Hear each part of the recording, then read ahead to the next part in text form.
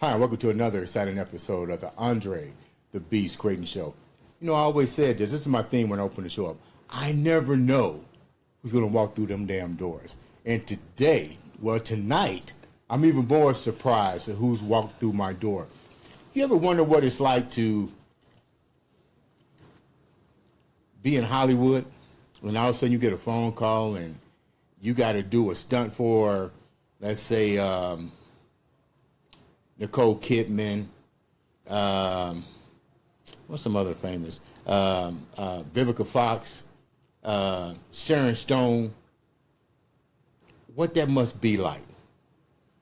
Today, we have a young lady who's done that and a hell of a lot of other things and still doing miraculous things, not only in the community, for family, but always reinventing herself. I'd like to welcome to the show the one, the only, the stunt woman herself, Valerie, what's the last name? Banister. Welcome to the show. Thanks, Trey. How many times I say what's your last name? Because I don't ever call you your last name when we're talking on the phone. You call me Val. Hey, Yeah. Val. It's like, you know. You're in Indianapolis. What about you in Indianapolis? Well, I'm passing through Indy, you know, You can to at make least lie my and say, I way. had to make a stop Well, here. I mean, I'm passing through, and then, you know, I called you. You know, we're going to keep it Jaguar, right, real, right? Okay? So. Okay. So you're in Indianapolis, but let's go back a little bit. Let's tell the viewers a little bit about who you are first before we get into some serious topics. Well, I grew up in Brooklyn, New York. Okay. I am a veteran. I am a mother. I am a believer. I am a friend. I am a sister. I am a daughter, a caretaker, a stunt woman. I'm whatever I need to be when I need to be that. Restaurateur. You just got everything. A little bit of everything. So when you talk about, what was it like growing up for you? I mean, you just didn't all of a sudden say you're going to get in the field of being all of these different athletes on your resume. What was it like for you growing up in Brooklyn? Well, growing up for me in Brooklyn was very interesting. I was raised by my great-grandparents and my grandmother. Mm-hmm. And it was one of those things. My dad played football for Iowa. He was a quarterback for Iowa. Wait a minute, who was your dad? My dad's name is Cornelius Banister. Was he a starter? Was he a what? Was he a starter?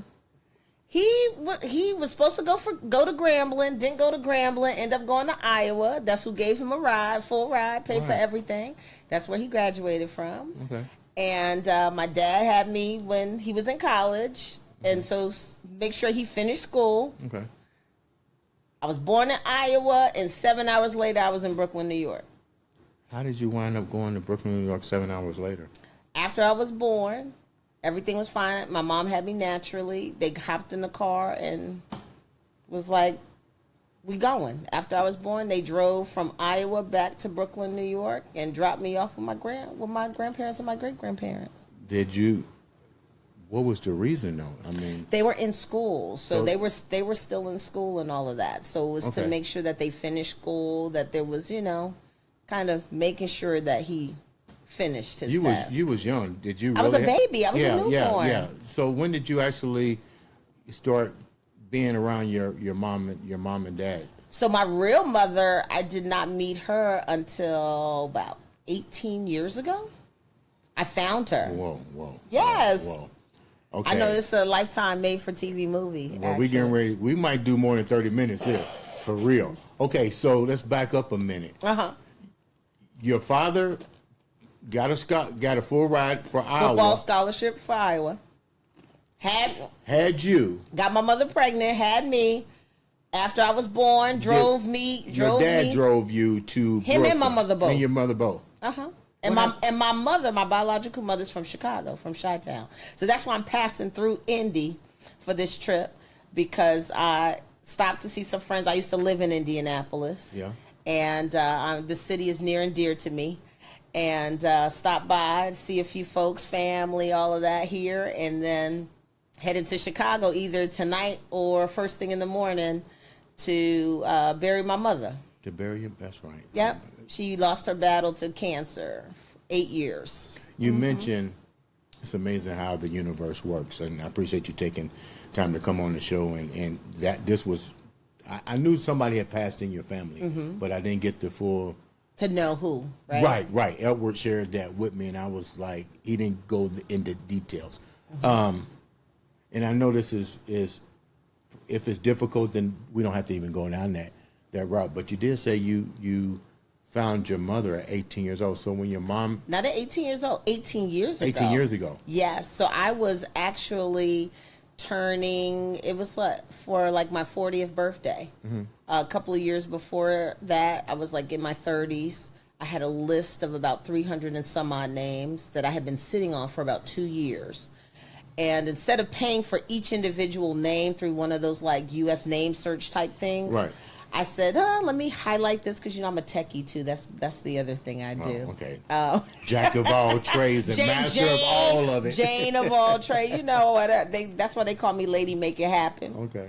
And so turned around, highlighted the list, sat on it for about 24 months. Right. And one day I was on the phone talking to a family member, and I hovered over one of the hyperlinks, and I could see embedded in the hyperlink were addresses. So I started actually Google searching them on the map to see if they really were addresses, and they were. And I built this list to start contacting to reach out to find my real mother. And when I did that, the first 2 names I selected, and I did it based upon numbers because numbers are important to me. My real mother was number 10 on the list out of 300 some odd names. Right. And the other number I had picked was number 8. So I'd sent 2 letters out. It was a form letter, not giving too much information. And the first lady called me. And actually, I was living here in Indianapolis. On Kessler? And I was off of Kessler, driving. I had just built a house and was driving down the street. Okay. And what was so crazy was that the lady called me and she said, "Hi, I just wanted to call and let you know I'm not your mother." But before I could get out to ask her her address, so I can mark it off the list, she hung up. Plus, I was in the car driving to the house. So then I said, well, shoot, I'll find out, later. Or maybe I'll call her back to find out what's her address. Moments later, my real mother called. And how I knew that it was my real mother was that I called my uncle/brother in New York. I called him. I called Ernest and I said, I think I found her. And there were questions that he could ask her because he was there when I was first brought to Brooklyn. Right. He asked her a few questions and he was like, "Val, you found her, you found her, you found her." I said, "What?" He was like, "You found her." And that second call was my mother that same day. And that was like September 11th, about 18 years ago. So let's go back a minute. Why did she leave anyway? Or why did she not return? It's odd. Well, she wasn't from New York. So she was in college. My mother, when she went to college, I mean, she was 16 years old. Okay. She was 16 years old in college, freshman in college. Also, my grandparents on my mother's side, they were deceased. So my mother was the youngest of 11. Okay. And then my mother also has an identical twin sister. So crazy. They were sent to college, and my auntie Shelly went to another school. My mother went to Iowa, and it was one of those things to, So you meet your mom. Well, you don't meet her, but she calls. What was that like after so many years? And how long did it really affect you? Because as a father, I'm now. And having a father who, my father wasn't there at first, I knew of him, but you always are longing for that connection. You have a connection with these individuals. How long did the connection to want to be with your mom, to know who your mom was, how long did that torment you? I would say it tormented me because growing up, I really didn't miss out on anything. I had a passport since the age of 5. Traveled internationally with my grandparents, gone all the time. After my dad was finished playing football, he then became a high-ranking officer in the U.S. Army. Worked under General Colin Powell. He was actually there at his retirement and all these other special ceremonies he had. I'm glad I know you. Saw that the other day. And it was just, I didn't really miss out, but I knew that there was something. And what really made me start looking for my mother was that I was engaged to a NASCAR driver, one of the black NASCAR drivers out on the West Coast. Is it His name is Troy Adams. Okay, I was thinking of the Adams Motorsports Park in Riverside, California. He's now married. Him and his beautiful wife Kara, and his son Truly Adams is on the international kart racing circuit, big time. But I had met Troy. We were engaged to get married. We decided not to, and it was one of those things where I was like, "How can I get married to you and I don't know fully who I am as a person? Wow, There's still a piece of me that's missing." That's deep. And so it was one of those things. He said, "Val, there's something you need to tell me." He said, "But you won't say it. Just say it." We're sitting in the car outside of a house that we were renovating in Riverside, California. And I was just like, how do I tell this man we can't get married? And I'm pretty sure he was pretty understanding, wasn't he? He was, because he knew. He was like, "There's something you need to tell me that you won't tell me." Did he sense that you was troubling with this to some degree throughout the relationship? Were there signals, I guess? I don't, maybe so, but I think he knew, because I was just like, I don't fully know who I am. I know my dad's family, I was like, but there's still that missing piece. Someone can give you the greatest life, right? But then there's still that question of, well, why am I the way that I am? And what makes me think and be the way that I am? My mother was a hustler. Like, I dipped and dabbled in music, all of this. My mother I found out my mother had wrote a song, had actually helped pen a song. And found this out from talking to her, and she was around, musicians and all kinds of things. And it's funny, even with the restaurant business that I'm doing now in Vegas, my mother used to help run spots in Chicago, I was never around her. But it's funny because there's certain things that she did historically in her past that I'm doing, But there's genetic blueprint. Some things that are the same, and there's many things that are different. So, when you find out that your mom was diagnosed, how many years did you get to really spend with her? It was when my mother first got diagnosed with cancer, my sister and I were talking about this the other day. I drove up from Memphis, Tennessee. My daughter was a patient in and out of Labana Children's Hospital in St. Jude in Memphis. Great staff there, my youngest daughter. And I drove from Memphis to Chicago for my mother's first round of chemo. Wow. And she was at Rush Hospital. And I was there. I stayed for a week. I wanted to kind of see the process, see what she had to go through. And my younger sister was the person that was on deck really, around the clock to make sure mom was good.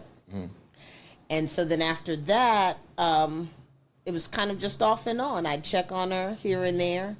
And before she passed here, about 3 weeks ago, it was one of those things. I just got a feeling that, something was not right. So I picked up the phone. I said, "What's really going on?" That's what I said. I didn't say, "Hey, how you doing?" I already know. That's how I said, "Yo, what's really going on?" Yeah, that's what I asked. That's how you talk. I said, "What's really going on?" Right. And she sounded terrible. And then she handed the phone to my sister. And then I said, "Well, do whatever y'all need to do." I said, "I'm going to give it a couple of days." I called her that Saturday after I spoke to her. She sounded a whole lot better. And, it was, kind of off and on here and there. I'd see her. My mother had I tell people with cancer tells a lot about a person's spirit. Meaning? When I say that, it's been proven medically that a lot of times when people have cancer, there are things that they're harboring and they're holding on to. Anger, resentment, so many different things that they're allowing it to eat away. I call it emotional hijack. Yes. But the person they have to let go of whatever issues and problems they have with other people. Right. When they hold it and harbor it, their body, the cells, your body can't take it. Therefore making you sick unnecessarily. Let's go back a minute. When you saw your mother first time face to face, what was that like? let's go down to Georgia. Oh, you want to go down there? Okay. Yeah. When I first met her, it was, when I first met her, I drove up from Indianapolis to Chicago, and my mother lived in the historic area, Pullman Historic District on the south side of Chicago. I drive up there with my youngest daughter, and I was like, let me go check this woman out. Let me see. I meet my younger sister. I'm looking at her, and I'm like, okay. She a little short thing. So you know. You short too? What you mean a little short? No, 4'11" okay, short. She's short. Yeah. She like 4'11" short. I'm not 4'11". I'm like 5'6", 5'7". So I'm looking at her like, okay. And I'm looking at her and I'm like, all right. She's talking and I'm like, all right, interesting. You could tell that she was kind of nervous. Well, I would be too. Guess who's coming to dinner? Well, the thing was, I think when you keep secrets, and then the exposed? Secrets get exposed, like so much going on right now in media with a whole bunch of other things. You know, it's kind of like, what's really going on? Yeah, what's really going on? You know, I'm just saying. So you actually had a good experience with your mom. It was a good experience because finally I was able to see, right, the vessel God used to get me here. Okay. The other thing that was interesting was that I lived in Chicago for a little bit. I'm a Navy vet, and was my last duty station was Naval Hospital, Great Lakes, or should I say Great Mistakes. And Great what? Great Mistakes. That's what they call it, Great Mistakes. Okay. And so I went to go see her, and it was, you know, it's just one of them things. When I saw her, she worked in the medical field. That's what I did in the military. I was a medic in the military. So it was, you know. So you found out you guys had a lot in common. A lot in common. Family was there. I had family driving through my drive-through, like next to where I lived. I lived in the old Chicago Bank building, a historic building off base in Chicago. And I had aunts driving through that many a times I probably looked out my window and my aunties were sitting in the car at a KFC getting something to eat. Your story sounds like most people would come out with a lot of, like you said, internal emotional hijacked like issues. Yeah. But you appeared to say, I'm blessed that this opportunity has now happened, and I'm gonna continue to make the best out of this. It could be a lot worse, is what I always think to myself. Okay. It could have been a lot worse, but it wasn't. You know, like I mentioned, my mother there's some issues my mother had, and I look back and I go, thank God I was raised by some old wise folks in New York City and from the South. And so, you know, it's just one of them things. You could either allow it to control you and destroy you, or you couldn't. What they say, when you serve lemons, make lemonade. You can either make lemonade, or you can sit there, eat and be like that and make an ugly looking face. And you since I've known you, you've definitely have made a lot of lemonade. But one thing I can honestly say, it wasn't bad lemonade, because I never known you not to have that universal enlightenment.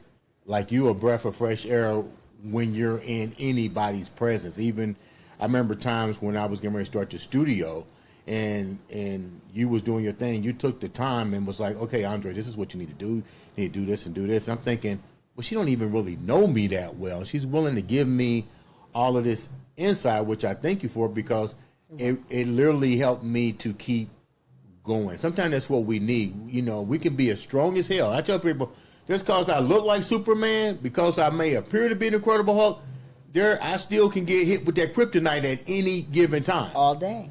And you need that extra lift up.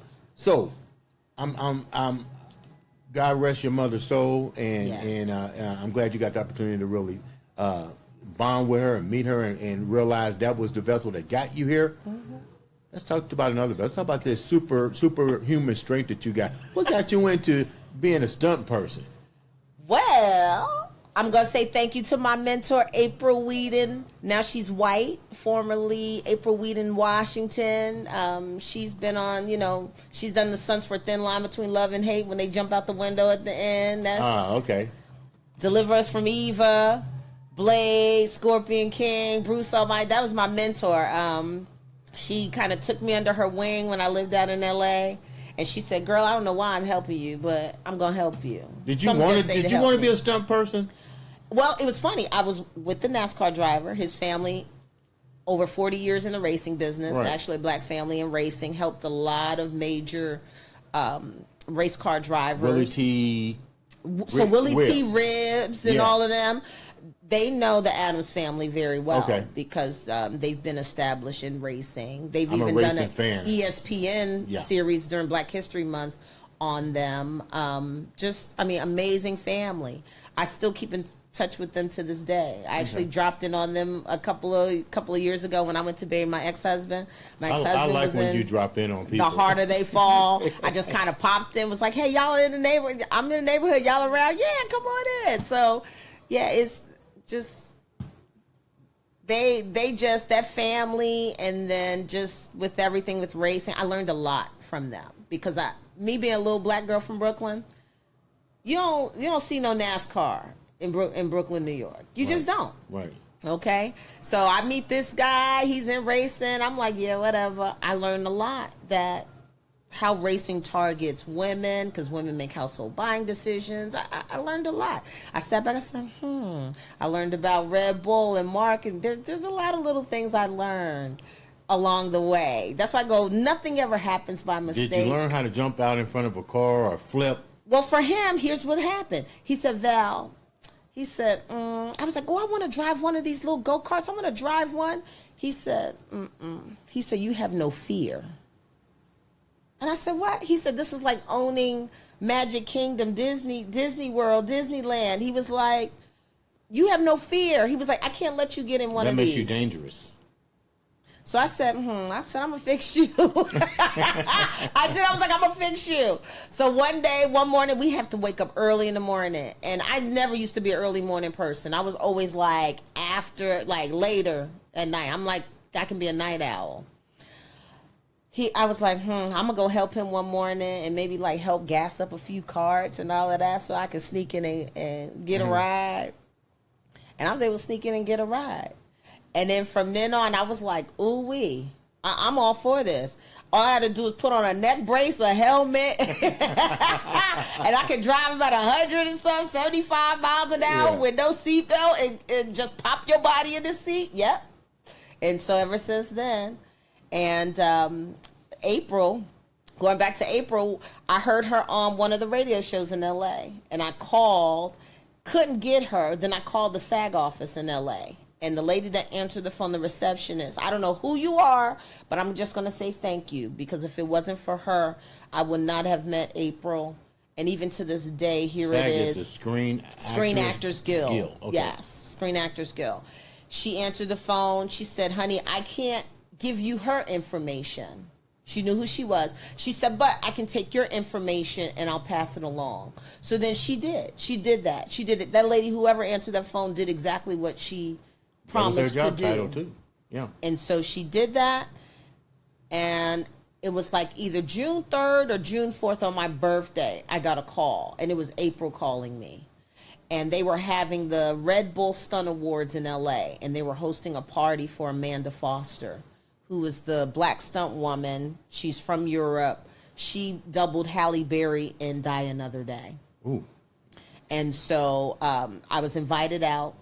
It was a big party with like Tommy Davidson, Brian McKnight, Desiree Coleman, and I showed up. It was me plus one, me and Troy. We went out there and just kind of was there, and April took me in under her wing, and from there it was like history. I got to work on Miss Congeniality 2, Spider-Man 2. It was What's that like? Cool.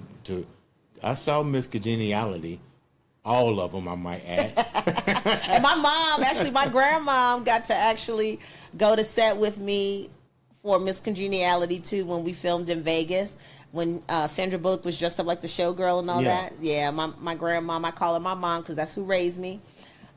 Pinky, hi, Mom. And she got to go on set with me and hang out, and she was just like, y'all do this all day. She said, man, they feed y'all good on these sets. I said, What's yes, it like they do. to see Sandra Bullock and knowing that you got to do a stunt? For her, you know. it's one of those things. Well, she's running through like the scene. If you remember Miss Congeniality 2, she's running through like the crowd watching the show at Treasure Island. Yeah. And so she's running through the crowd. She goes to like Knock Me Down. There's like agents and people, and Regina King and all of them are in it, and Dolly Parton. And I mean, it's work. I think after a while, it's work. Right. At first, you're like, really? Okay. But it's work. It's a job. It's just like you get up every day, and I've done everything from being a receptionist to an admin assistant to, right. a project manager assistant, project manager, all of that. It's a job. They pay you to do this job. And after a while, famous people are no different than regular people.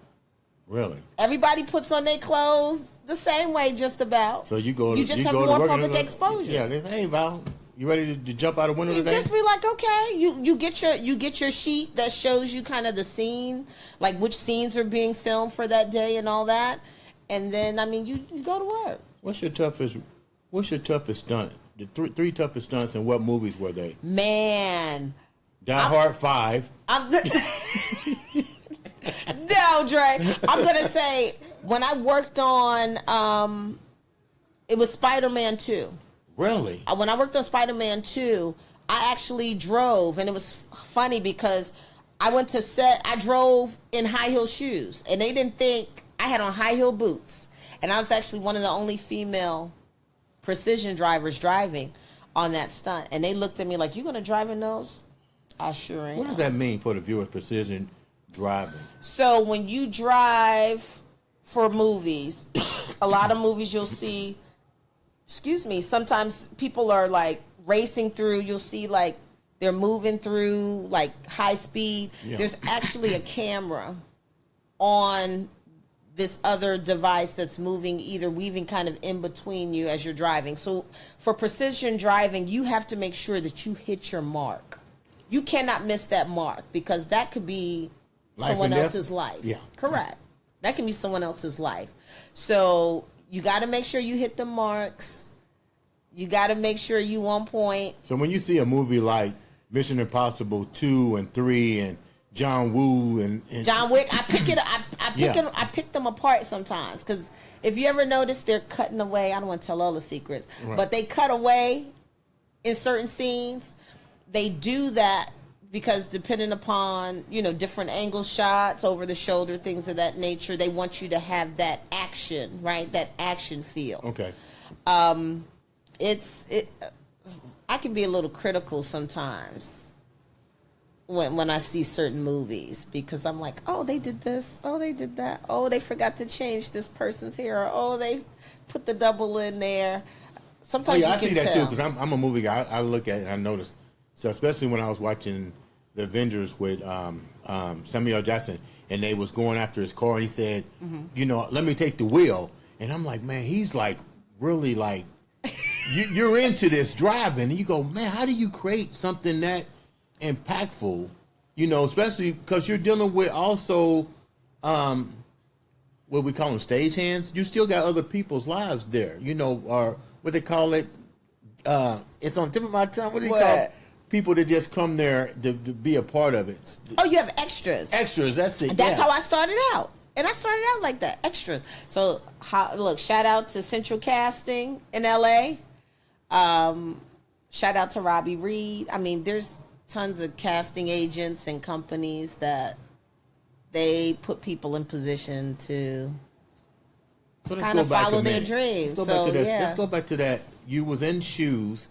You was at Spider-Man 3, and you showed up, and you had to do precision driving. I was Spider-Man 2. 2? Yeah, Spider-Man 2. And the precision drive, I mean, it's just, they just tell you, we're going to work on this scene today. You're going to drive this vehicle, or you're going to drive that taxi, and you're going to kind of hit these marks. And then take a couple of shots, and then they'll be like, okay, that was good. Or if it wasn't good, they'll be like, all right. Or if we need to stop, take a break, they're going to film something else and then come back to us and shoot something, shoot it again. Or they feel we need to do another take, then. What's another movie that you had a tough role? A tough role? I mean, I'm going to tell you the one that hurt me the most that I could not do at the time because I did not know how to ride a motorcycle. Mission Impossible? No, it was. So April's doubled Halle Berry in Swordfish. I love that. And so when she's hanging in the green outfit in Swordfish, that's my mentor. That's my homie. That's April. And she said, Val, they were looking for a double for Halle Berry for Catwoman. And that movie, her stunts were on a Ducati, a very powerful motorcycle. I had received 2 contacts to be considered to double. At the time, I was a lot thinner than I am now. But I was like 0% body fat. I was like in the craziest shape ever.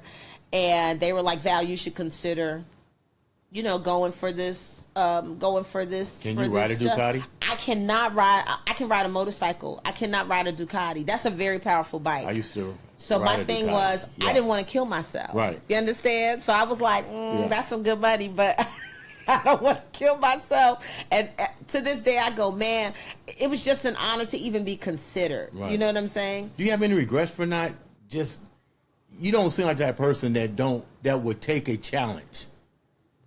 I would take a challenge, but I'm not going to kill myself.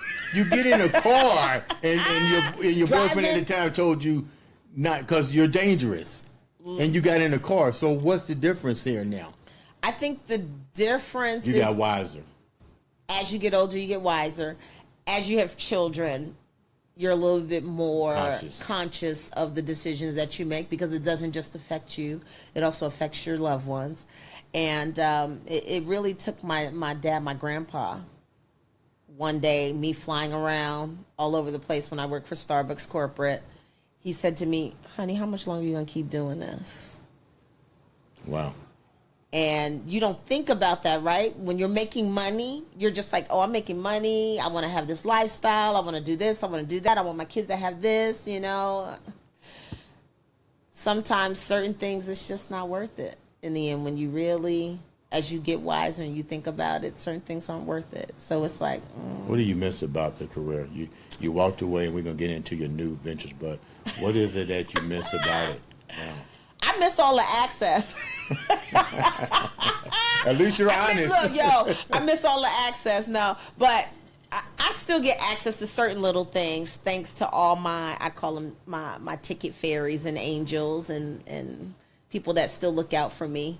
But yeah, I miss the access to certain things. But then again, it's like, it then calls for a lot of like networking all the time and just kind of being out there. And with the lifestyle that I have now, I don't have the room to kind of be out there like that, like I used to. And when I say be out there, like always being somewhere, being visible, being kind of in someone's face to say, hey, I'm here. Right. Because, I mean, out of sight, out of mind with anything. So you have to kind of maintain and keep those relationships going. And, I miss the access. But now you got a whole new venture. Yes, Tell the viewers about what you got going on now. I am an operational partner of one of the only black-owned sports bar and grills in Henderson, Nevada, just right there in Las Vegas, right down the street from the airport in Las Vegas. It's called Penalty Box. We do live entertainment.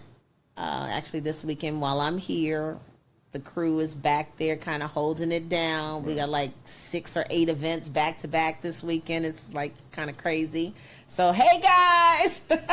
So what made you decide to do it in Vegas versus California? Because you mentioned you had ties in California. You could have easily had gone to Chicago. You could have went back to New York and bought your idea. Why Vegas? I got pulled in actually by an old business partner who I used to do Century Club Saturdays with in Las Vegas. This was before they allowed any African Americans to do parties on the Strip in Vegas. Mm-hmm. So it was Jam and D. He's now a pastor. Hi, D. Hi, Dennis. And Squally C. Jerry Campbell. What's up, Jerry? And I met them when I was a flight attendant. Okay, you know, wearing many hats. I was a flight attendant. I met them when I lived in Vegas. I was based in Vegas. I met them. Then we kind of joined forces and did Century Club Saturdays, which was tied to Century Club in LA. So when Century Club would do a party, a show, or whatever on Fridays, then that artist would then come to Vegas Saturday night at the Blue Note. Wow. Formerly it's like the Blue Note attached to the Aladdin, which no longer exist in Vegas now. The former Aladdin is now Planet Hollywood. Okay. So we would do the official concert after party. So we've done, you know, we did parties for like Wyclef Jean, Mary J. Blige, Yvonne, all those folks, all the so-called urban shows, what they would label as urban back then. So, yeah, I got pulled in because of Jerry on this one. And that was for the Silk 30th, for Silk, the group, for their 30-year anniversary. You mentioned minority owned. Mm-hmm. Has there been any challenges that you noticed being minority owned in Vegas? Where when you think about Vegas and its history, let's be real, it's tied to mafia. It's tied to mafia connection, and to be a woman of color going to Vegas, it's almost. And let me clarify something. Some things are still controlled. Yeah. Yeah. So any things that you struggle with opening your doors in this area? I know at first it was very challenging for my partner, who did a lot of the footwork with getting like the liquor licenses and all of that. There's a lot of red tape, a lot of hoops you have to jump through. Right? Who you know? Sometimes who you know, or just going down to get the necessary licenses, and either not having something or not knowing you need to have something in order to complete the process to be properly licensed. That's how the city makes their money, right? They make their money off of you being a licensed business, for them to be able to collect taxes from you and hit you with all these, you know, fees. So for me, it hasn't been a challenge. I like a challenge when it comes down to certain things, especially business-wise, especially if they say you can't do something. I'm like, Did somebody say you can't before you open the door? I'd be like, Did somebody say you can't before you open the door? Well, so in order to get a liquor license in Vegas, you have to first have the space, build out the bar, get it approved, go through all of that. That can take, and for the spot, it took about a year and a half. And you're still paying rent? And you're still paying, correct. Yeah, you're still paying rent, correct. Utilities. And you have to pay the, and employees. Well, the thing is, you're not operating yet. You're just building out. Then they need to come see the space. And you're not open yet, operating for the bar and all of that, because you're a sports bar and all that. So you really need that liquor license to make them. I mean, any business person who owns a restaurant knows that bar is what makes the money. Right. The food, there's, decent markup on food, but that alcohol, the liquor sales is what does it. And you need that liquor license to really thrive. How much did you had to learn to be successful in operating? Because, look, you came from... I'm still learning. Yeah. As we go, I'm still learning. There's still some things I'm learning, because with the way the business is set up, we're in Henderson, Nevada. And, I mean, literally, Green Valley Parkway. We're at the corner of Green Valley Parkway and Sunset, for anyone that's familiar with Las Vegas. And so Sunset runs along the airport, runs to Las Vegas Boulevard. And then where Green Valley Parkway is, it runs parallel to Las Vegas Boulevard, but it's some streets over from Las Vegas Boulevard. And that Green Valley Parkway, kind of straight down the middle, is the dividing line between City of Las Vegas and Henderson. The rules of engagement for events, for having a business there, are completely different than if we were just on the other side of the road. Really? It's crazy. Yeah. And you don't know that until you're in it, right? To go, gosh, if we were just over there on that side of the road, then we could get away with staying open to this time, doing this, doing that. With us being in Henderson, we have to close at 2 a.m. With all the stuff that you know now, would you, looking at your career before we wrap up, looking at your career, you've done so many things. Starbucks, flight attendant. Apple. I worked for Apple. Stunt woman, car racer, mother. You know, done it all. I mean, the list can go on. I'm still doing it. I'm considering going to get my pilot's license too. So I am, and it's so funny because I was a flight attendant. Right, I love to travel. Anyone that knows me knows I'm like, where we going? And you know what's so funny? You were sitting here before we started, and you was actually acting like you was an airplane. You see, what was I doing? What I you was going. This is some vow such and such. When I was like, that's just, you know. when I was doing my like, welcome aboard. Spirit Airlines flight. That. How important is it for the young people? Let me rephrase this. What's more important to you? Is it more important to have the knowledge, the expertise in your career, or was it more important for you to establish the contacts that allowed you to open up the doors? Man, that's interesting. It's difficult to say one is more important than the other. That's true, but based on experience, that's just you. I'm going to tell you, for around. me, it's always been about the experience. Okay. Not knowing, and then I would say secondary was the contacts, because all of the contacts that I have now have been from various experiences. Ones that I was willing to just be like, okay. Like when I worked radio in Atlanta from one of the top radio stations in Atlanta, and even went and interned. I was willing to go help out without getting paid, not really thinking back. Now that I look back, not thinking like, man, I want to do this for the connects and this and that. No, I did it because there was someone from my neighborhood that worked promotions for one of the stations, needed help, and I was like, I'll help you. You know, I'm just that person. I would say that's my love language, acts of service, right? Mm-hmm. You see someone needs help, you just help them, and then organically things happen from that. And so I would say the experience and the knowledge. What are we missing today before we wrap up? You now have your children that are grown and doing well. You got a new business. One is almost grown. Well, she is grown. Technically, she's 18. She's 18. But she will be graduating here in a couple of weeks, going to UNLV. You see, she golfs. She's a golfer. She doesn't want to keep doing it, but I'm going to try to nudge her to keep doing it.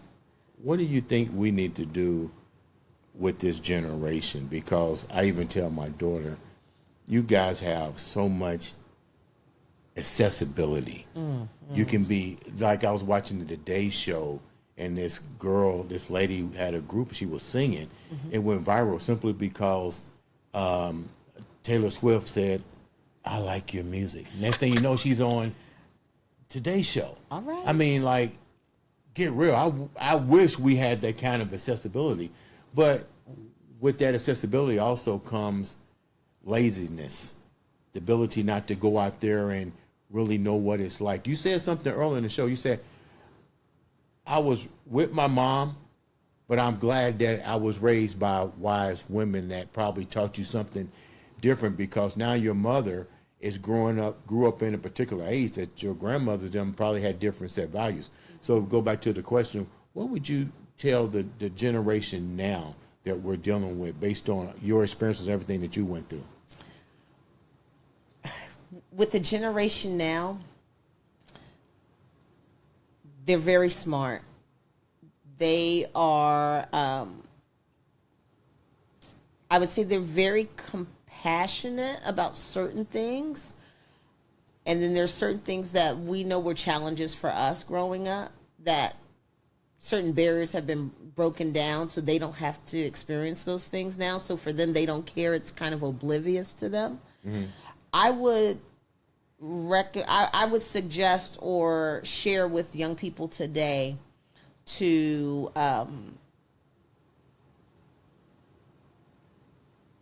watch what you say, because they have no filter. Young people nowadays are not. They have no filter. They're gonna say whatever.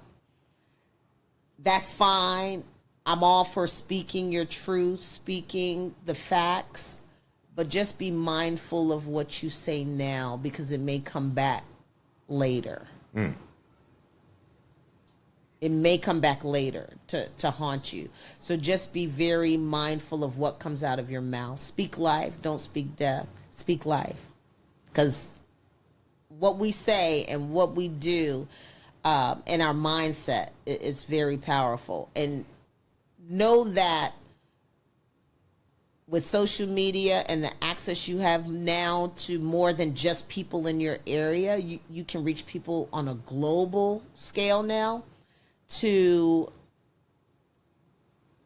be culturally aware, not just of your own culture, but of others who may look and see what you do. Be mindful of that. Before we wrap up, leave the viewers with something that keeps you going every day, because you definitely are a beast. By no questions asked. Leave the viewers with something that keeps you going every single day. Thanks, Trey. What keeps me going every single day? I'm grateful for life every day, because there's someone that didn't get a chance to get up to try it again. So just be grateful for the opportunity to even open your eyes, even if you're just laying there. I do that every morning when I wake up. I go like this. Oh, I get to do it again. Really, that's what I go. Oh, really? Okay. All right. Let me try. Look, I get a do-over. All right. And so just, be mindful and have fun. Have fun along the way. And remember, you're only as strong as your network and the people that you're around. So if you got Debbie Downers around you, get rid of them Debbie Downers. Get folks that are going to push you to be your best self. Because if you get yes people around you, or people that are okay with you just being mediocre or okay, those are not your people. Right. Because a real friend's going to be like, now, you was wrong for that. Right. Right. I know. I'm like, check me, because I got a couple of good folks with me. They here in the studio too with me. Hey y'all, hey fam. That they be like, girl, you was tripping. Right. And for that, it's those are relationships and contacts and people that's what you need. Your people will push you to be better every day, and those are that I just say, keep those kind of people around you. Ladies and gentlemen, this has been once again another exciting episode of the Andre the Beast Crayton Show.